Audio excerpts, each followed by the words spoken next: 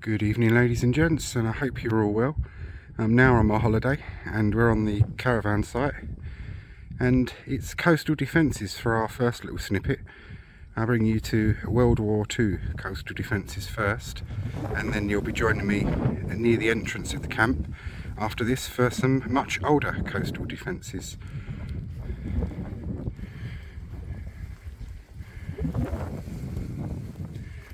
World War II, 1939 to 1945, and I share this on this particular day obviously because it marks the VE Day commemorations, the 80th anniversary. This plaque is to commemorate the Allied service men and women who served and fought all over the world, on land, sea and in the air. Never to forget those who gave their today for our tomorrow. We will remember them.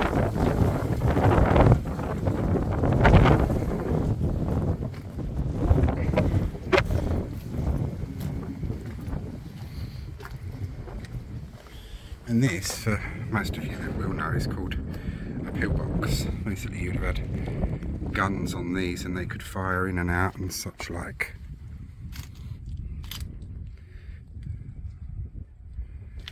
Oh.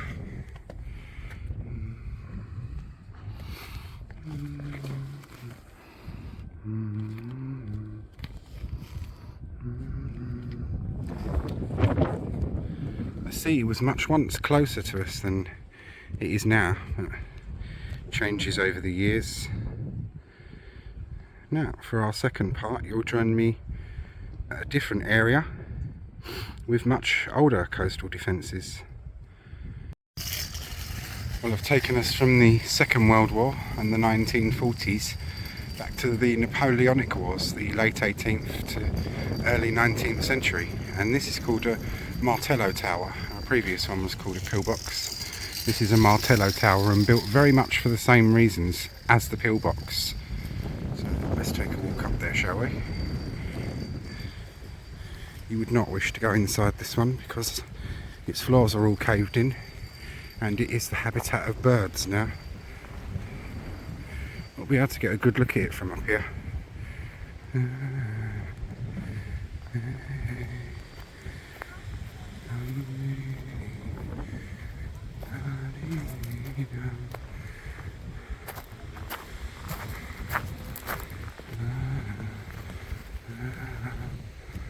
The hillock.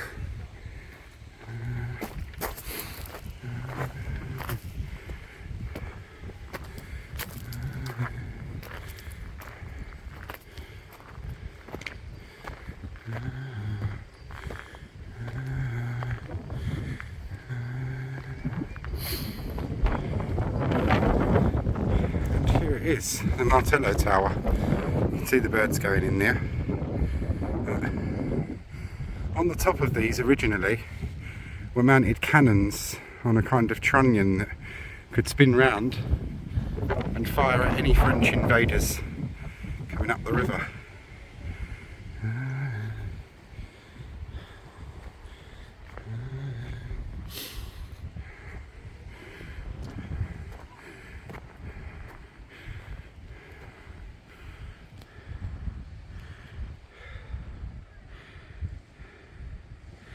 Oh. Well, what was once used for warfare is now breeding activity for birds. Get in there, my son, as they say.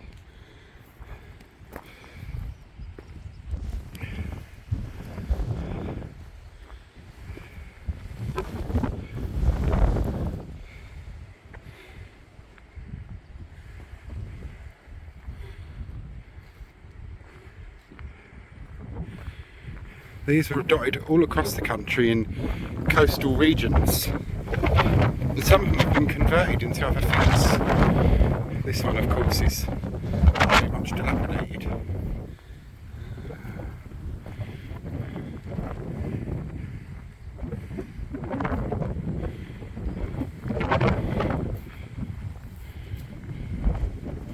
You get a good view of the sea from here, and what was being defended in World War II, World War I, and of course the Napoleonic eras.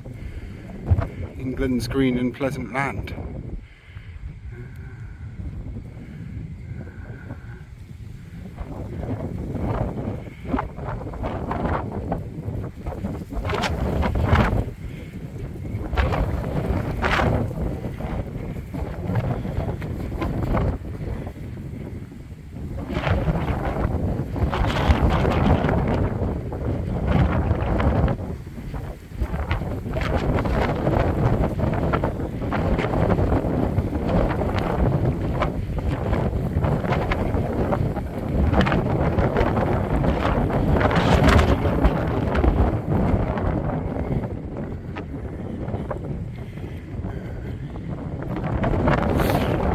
Sorry about the wind, there's not much I can do about that.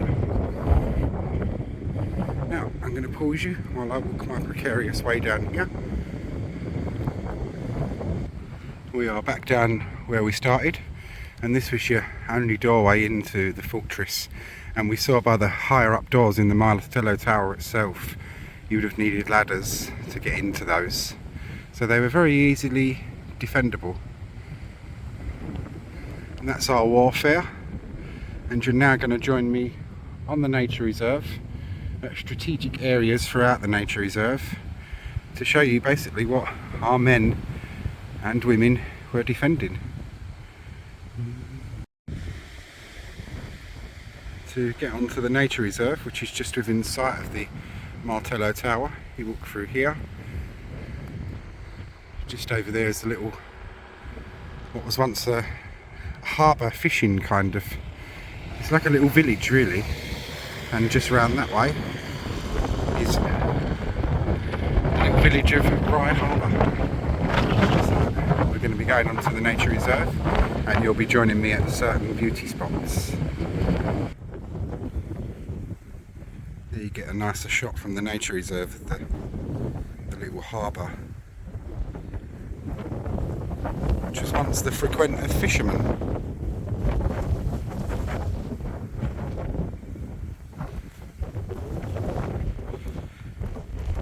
This here is the River Rother. On the opposite side of it, where you can see the wind turbines, and that is Camber Sands, a lovely place.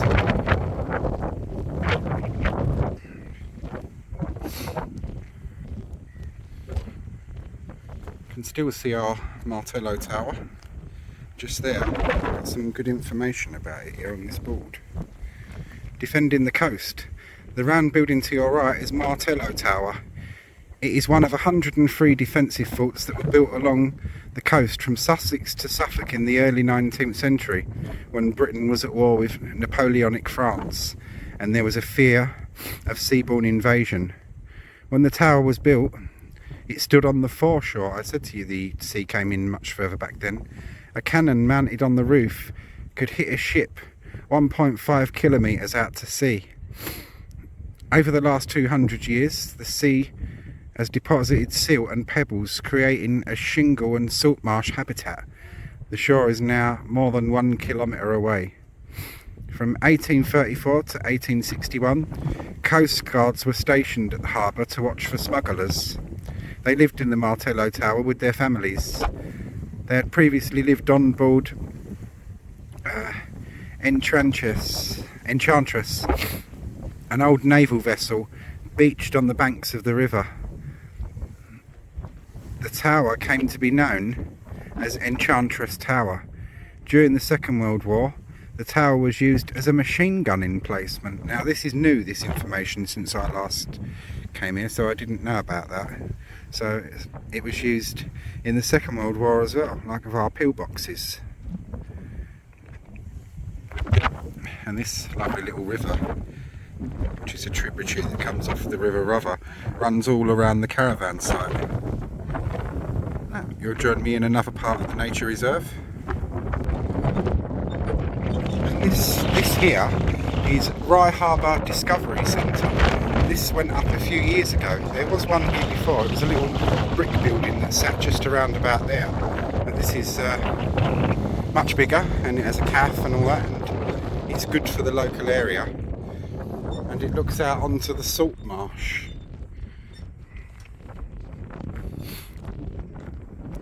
That's where I'm staying, in the caravan site there. There's the Martello Tower. And when the tide comes in, these pools here, they fill up with water, which is a lovely sight. And this nature reserve is home to many different types of species of birds, insects, plants and flowers. You'll now join me just there, that little red roof building. But before we go there, one of the pools, we've just walked past the Discovery Centre, which is there, and these pools go right in. And on the nature reserve there are bird hides as well for the keen ornithologist out there. I love this place, I really do. So much so, you'll discover something that I arranged and chose a few years ago now, when we get to the red roofed building just there. So, couldn't resist showing you that. Join me at the Red Hut. And here we are at the Red Hut, on London Luke's favourite place on earth, this particular spot. And I've been to a good few different countries and many parts of this country over the years, but this is my favourite. And when my friend Stephen was still alive, him, me and Simon, this is where we'd sit, have a lunch, have a laugh and enjoy life. Stephen isn't with us anymore, I'm afraid, and life is a very precarious thing, my friends, so enjoy it while you can. And this, the Red Hut, was used as a lifeboat station. Now I can't show it in this video because I want this video to go on Thursday, but I'll put a picture on of a thing I've got indoors, which is a little model of this made by a local artist, and it's something I really like. As I said, for a particular reason, you can see the sea, the River Rother, and when I shuffle off and leave the world, which hopefully won't be for some time yet, just over here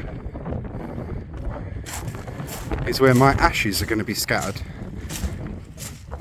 It's all been pre-arranged. I got quite ill a few years ago and set affairs in order. I thought I don't want anyone being left in debt, so one of them simple cremation jobbies all paid for, and there'll be some money left to hoik my remains down here, which will most likely be done by my nephew Brandon. And there's a nice breeze to our back, so when he pours me over the fence, he won't end up with a mouth or face full of London Luke, which I would find quite funny, but I don't think he would. This is where I'm going to be, and I can't think of a more beautiful place to be at rest. That's Fairlight over there in the distance.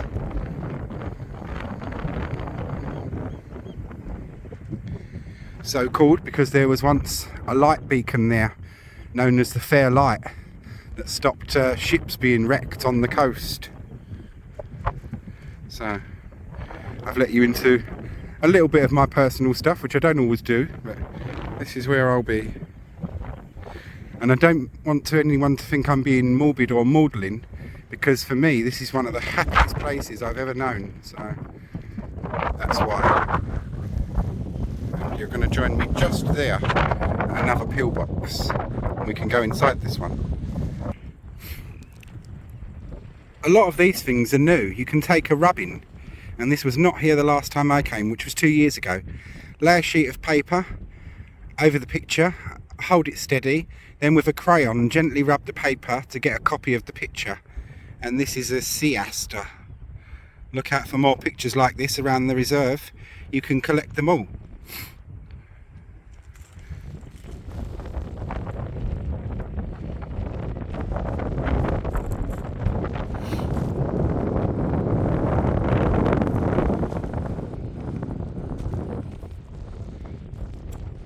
And that over there, my friends, is Camber Sands.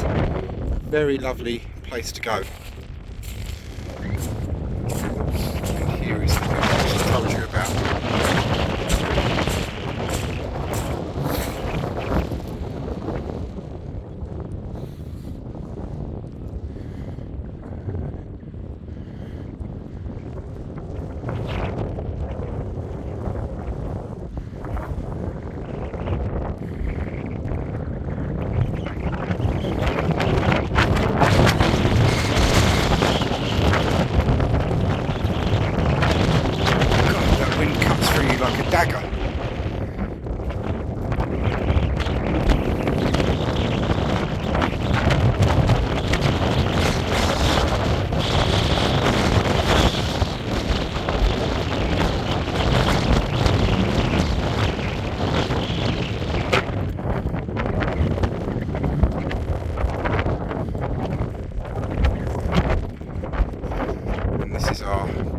course here,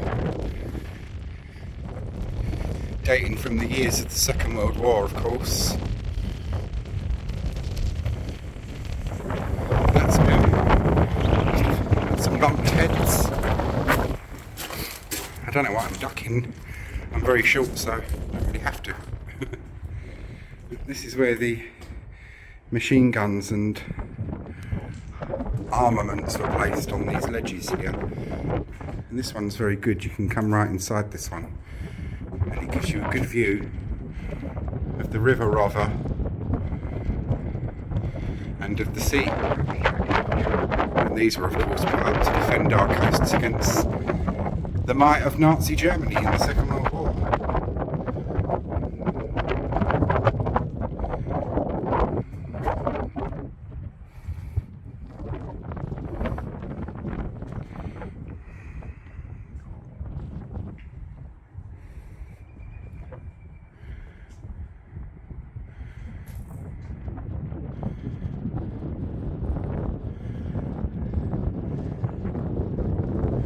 Think of the men that spent their time in here freezing their you-know-whatsits off, looking out for invasions. If wars could talk, eh? And they've got a good view of the Red Hut. As I've said, and I will probably say a good few times throughout the course of my holiday here in Rye, absolutely love this place. And yes, I am in a good mood. I know it does happen sometimes.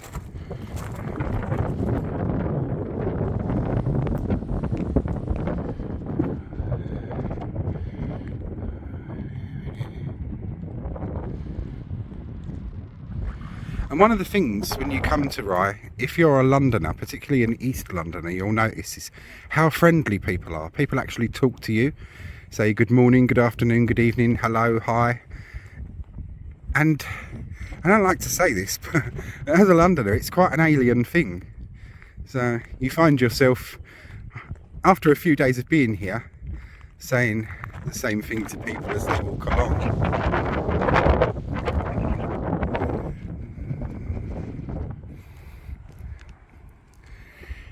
If ever I become rich, this is where you will find me living.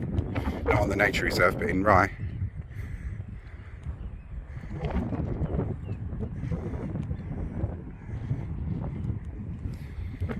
Second World War pillbox. In May 1940, as the German army advanced through France, it became clear that Britain could soon face invasion. The Army and Home Guard began preparations, setting up gun batteries, minefields and roadblocks, anti-tank obstacles and pillboxes along the defensive stop lines. Here the beaches were blocked off with scaffolding and barbed wire, and many pillboxes were built to provide a vantage point for guarding the shore. Construction along Camber Sands began on the 1st of July 1940. At least 19 were built in this area and few remain.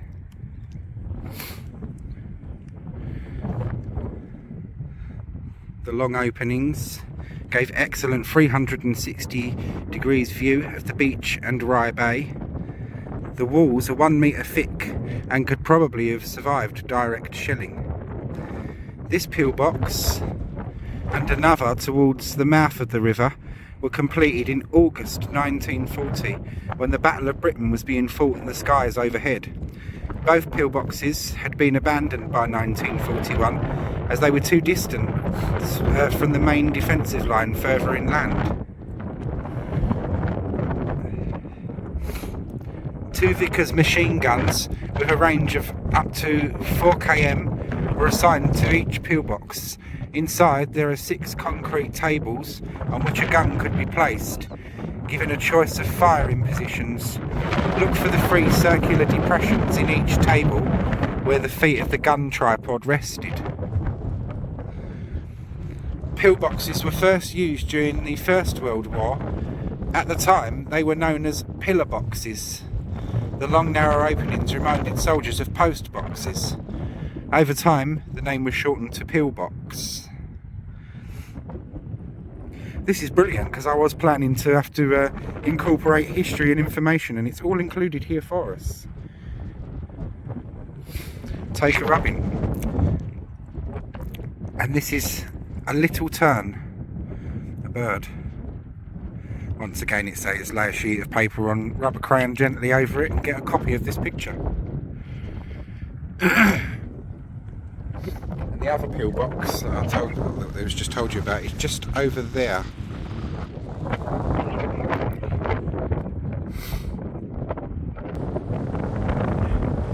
As we leave this one behind. And here is our second one, which is much closer to the sea than the one we've just seen over there.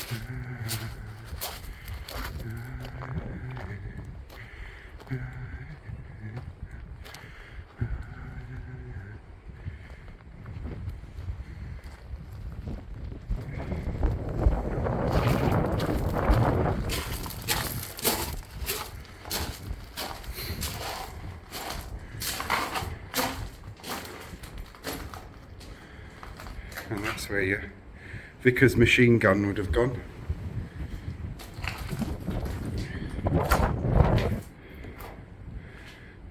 You can see it quite better there with the three separate holes. And I know this is the same as what we saw just now, but I brought you in here because the views are nice.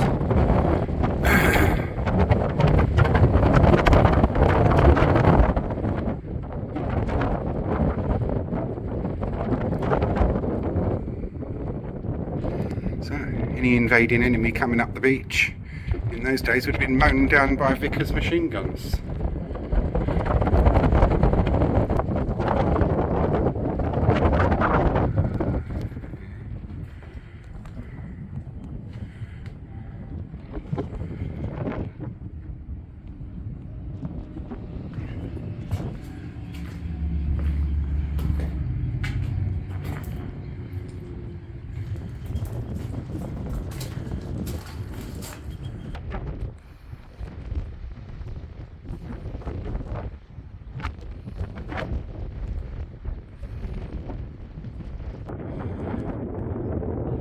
And we look out onto what they would have been defending, the beautiful land that we call home.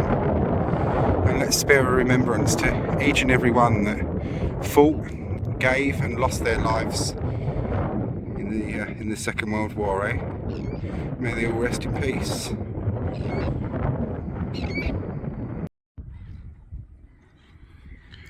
With proud thanksgiving, a mother for her children, England mourns her dead across the sea. Flesh of her flesh they were, spirit of her spirit, fallen in the cause of the free. Solemn the drums thrill, death august royal sings, sorrow up into mortal spheres. There is music in the midst of desolation, and glory that shines upon our tears. They went with songs to the battle, they were young, straight of limb, true of eye, steady and aglow. They were staunch to the end against odds uncounted, they fell with their faces to the foe. They shall grow not old, as we that are left grow old. Age shall not weary them, nor the years condemn. At the going down of the sun, and in the morning, we will remember them. They mingle not with their laughing comrades again. They sit no more at familiar tables of home. They shall know no lot in our labours of the daytime. They sleep beyond England's foam. But where our desires are, and our hopes profound, felt as wellspring that is hidden from sight, to the innermost heart of their own land they are known, as the stars are known to the night.